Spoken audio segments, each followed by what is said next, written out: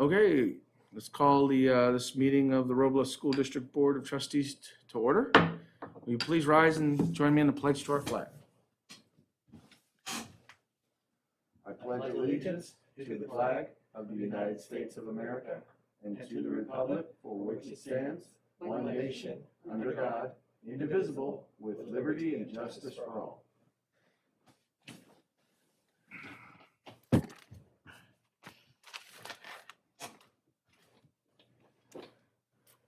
Okay, let the record show that Trustee Boyd, Trustee Cardona, Trustee Devine, and Trustee Deleuze are present and accounted for.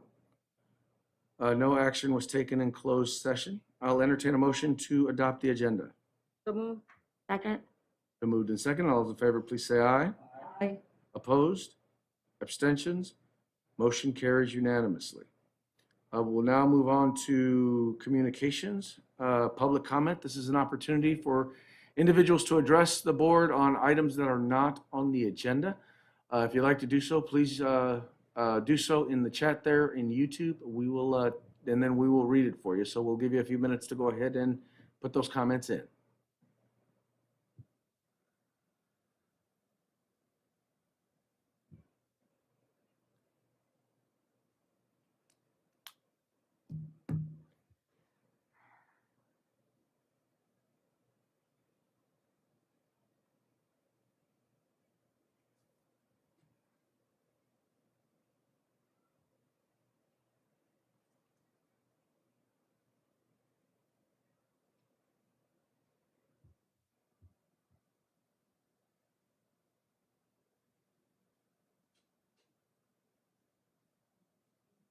Okay, not seeing any comments. We'll go ahead and we will move forward. If we see some comments there a little bit later, we will go ahead and note them. Moving on to item B, public hearing budget 2021-2022 school year. They will now call this hearing open. And then we have Mr. Castillo who would like to make a presentation.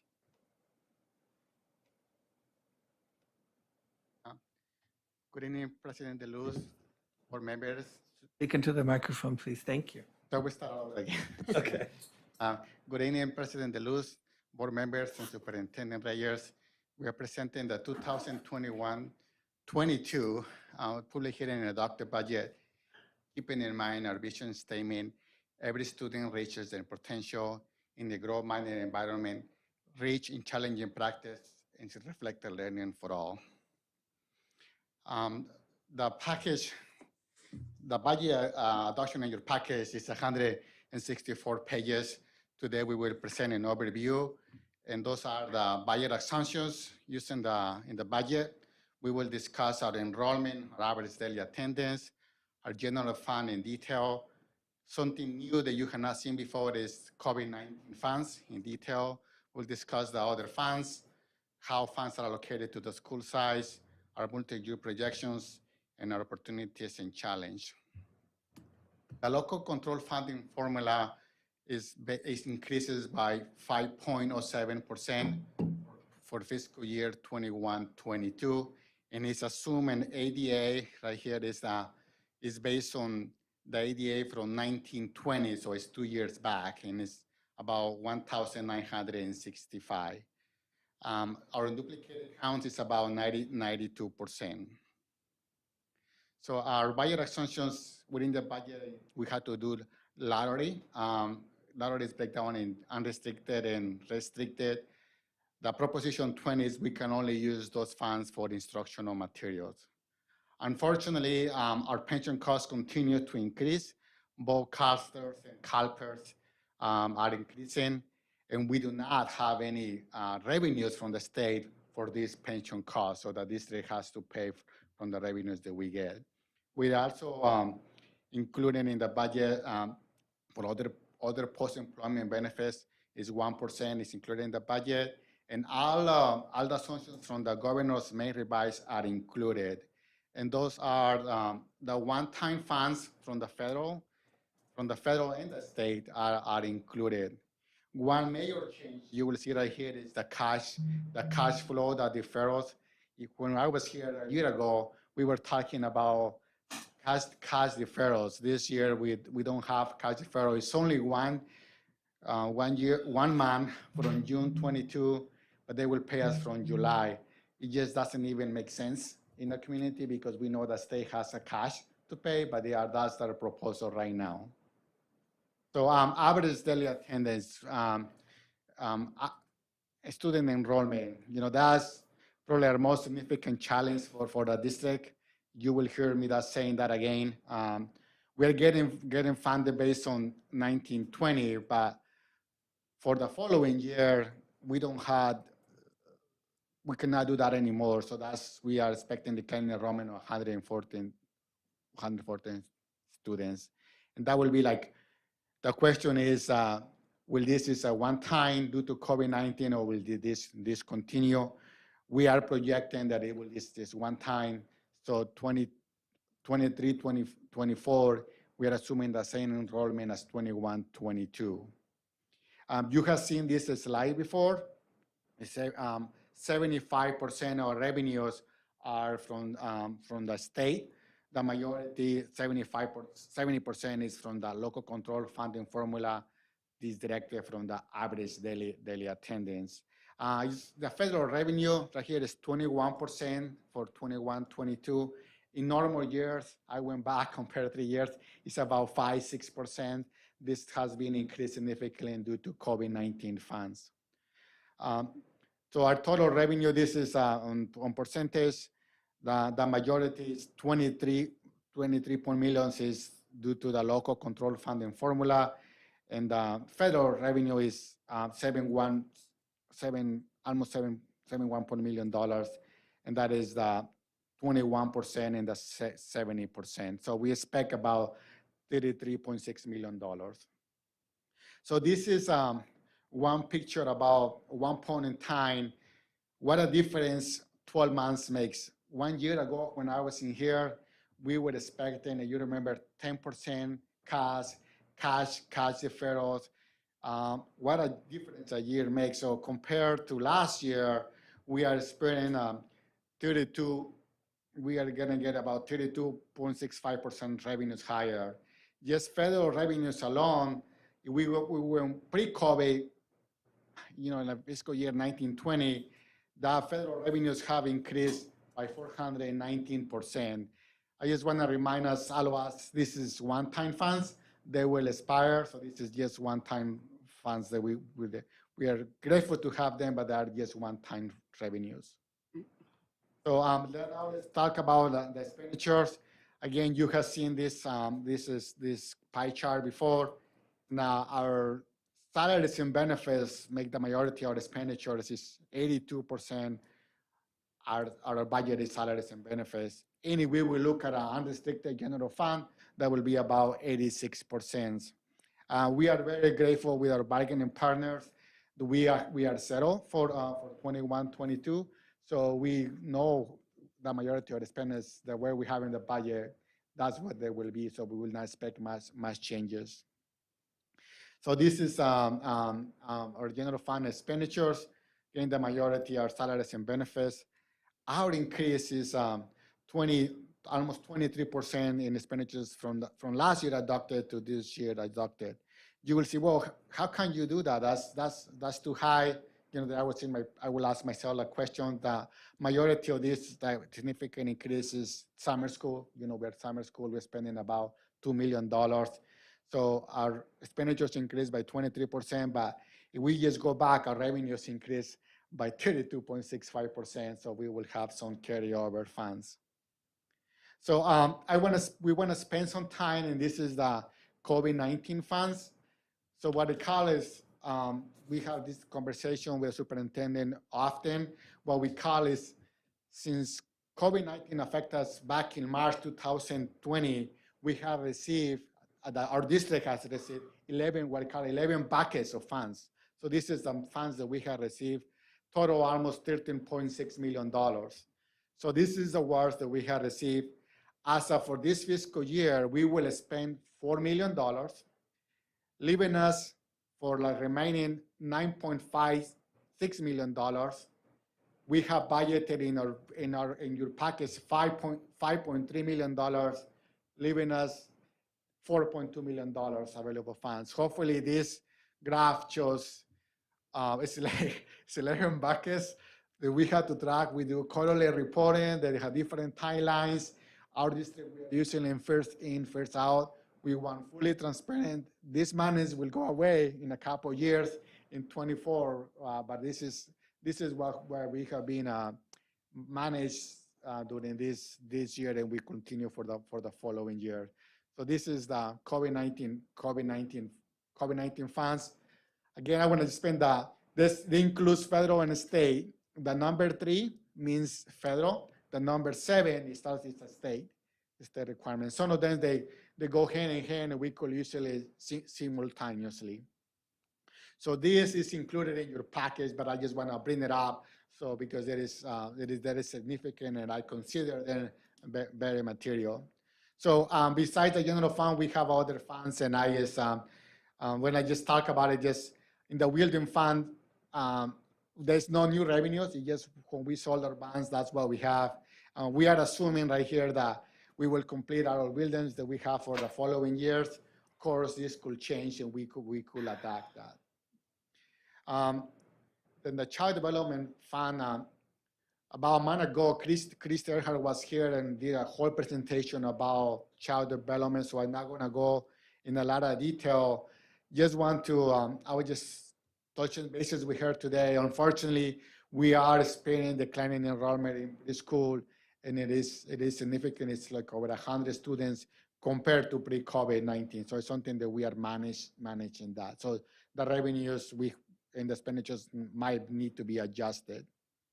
Cafeteria Fund, we have been continued bus, our meal and bus, our bus and Awesome. yes, we are doing it this year. We will not be able to do that next year, so we will not be able to serve students up to 18 years old. So our revenues might be decreasing a little bit. However, we will continue to provide breakfast, lunch, and so the supper program. Our building funds, you get updates just to continue the reconstruction of our schools.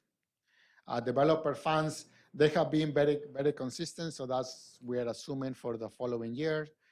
Our school size budget, besides the general fund operations, our schools receive funds for this specific purpose, and we are maintaining all the programs that we did prior to COVID-19. So all of these are programs. So hopefully we go back and field trips, intramural sports, the art. So they have all these funds allocated for a per student enrollment. So besides 21-22, we are required to do a multi-year projection. So we are projecting, due to all these COVID-19 funds, that we will end the year with a significant fund balance for 21-22. However, you will see that will decrease in the following 2 years because we will use those one-time funds. That's the goal. So that's 23-24 is key for us based on the average daily attendance, but the one-time funds, they will be gone by fiscal year 23-24. What are our challenges and our opportunities? We are grateful for all these one-time revenues. However, there are challenges with that is management. How do we invest these funds so that we'll continue to help improve our students? And our declining enrollment is one time, or will it continue? It's looking back in the history, we are officially below 22,000 students in our district. So we were always a little bit over 2,000, now below 2,000. One of the proposals from the governor is the full day kindergarten, where the class sizes have to be about split. It's like, it's in the budget, but it's postponing it for the following year. Is how do we get the facilities to manage this new implementation of full day kindergarten? One thing that we have learned is that we have to be flexible and adaptable, and we are so grateful that we have a good relationship with Wagner's partners, and we are settled And as we've got issues, we continue to work with them and our board and our community. At this point, is completes the public hearing. We will return by the next board meeting for us for your recommendation. Ask you for approval or recommendation to approve the 21-22 adopted budget. And thank you. We're available for any questions. Any questions? So I just want to repeat the last thing that Mr. Castillo said, which is just that tonight is about informing the board about the budget, so that, you know, if you do have questions as you review the information, but it won't be coming to you for actual approval until the next board meeting, and it comes forward at the same time that we bring forth the LCAP document, because those two documents need to work hand in hand, right? The plan for spending the money and the budget that says we have the money to spend. So those all go together.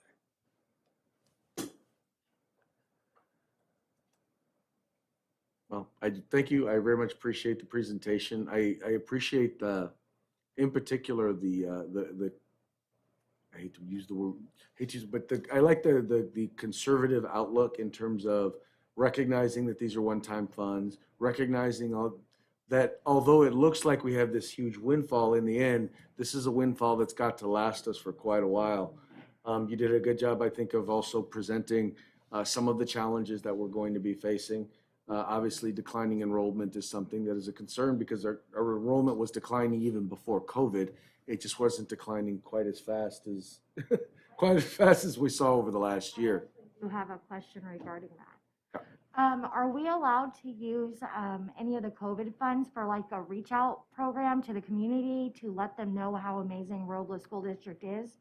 So that way maybe parents don't remove their children from our school district and put them in other ones? We could do that. We can? We could do that. Is for the community, and it's I want to just share that we had talked about that. Oh, you did? Yeah, so I'll just reiterate that when Mrs. Lyon last meeting talked about our expanded learning plan, one of the ideas that's in there is to reconnect with a marketing consultant that we've used in the past to do exactly what you're talking about, Mrs. Devine. And we do anticipate that as something we will be bringing forth to the board at a later date. Okay, thank you. We need to make every effort, every thing possible that we could to promote our programs. We have new schools, so that's what we had to do that. So yes. Yeah, it's beautiful, everything that the school district has done to every single one of the schools, and the community needs to see how much effort we put in, and the board before I joined, and that Robla district is an amazing place for their children. I got on the multi-year projection in 22, 23, and 23, 24, will we see the decline in the revenues? Yes. Is that primarily the COVID-19 Yes. funds going away? It Yes. doesn't project declining enrollment. It in there? does project declining enrollment as well. So so it's both. So Okay. to answer your question, Okay. it is both. Well, so 21, 22, like I mentioned, we're getting funded on the average daily attendance from 19 in 22, 23. We're gonna Bless get you. Bless you. 22, 23. We're gonna get based on the average daily attendance that we generate in 21, 22, or 22, 23, whoever is higher. So he assumes declining enrollment. So he does assume. Yeah. This might make my decision whether to run or not in 22. It's almost.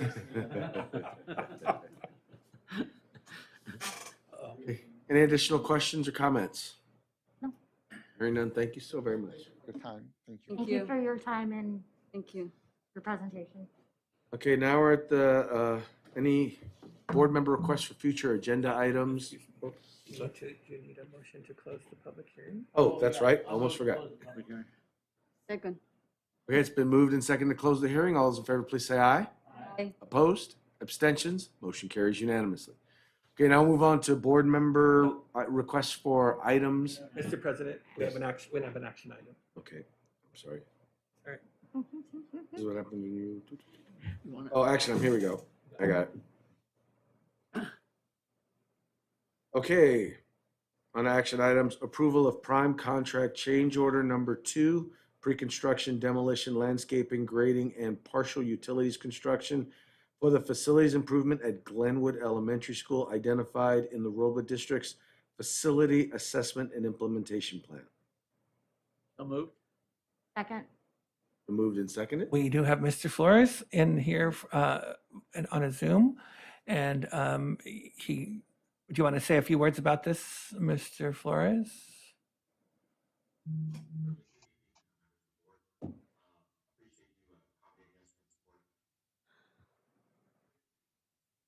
We can't hear you. We're having a hard time hearing you. There it goes. There it goes. We can hear you now. Yeah, We when you cannot look hear away you. from the mic, we lost your audio.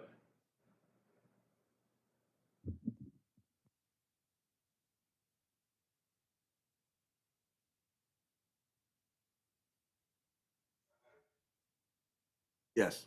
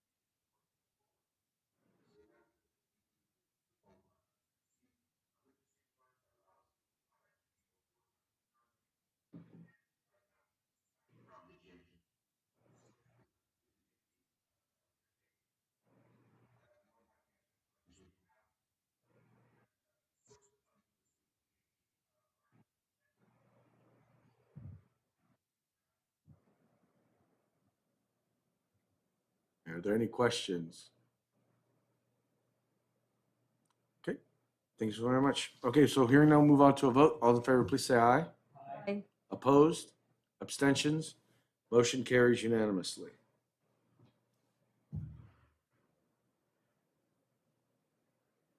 Now board requests. Okay, now we're on to board member requests for future agenda items or reports. Trustee Devine, Nothing at this time.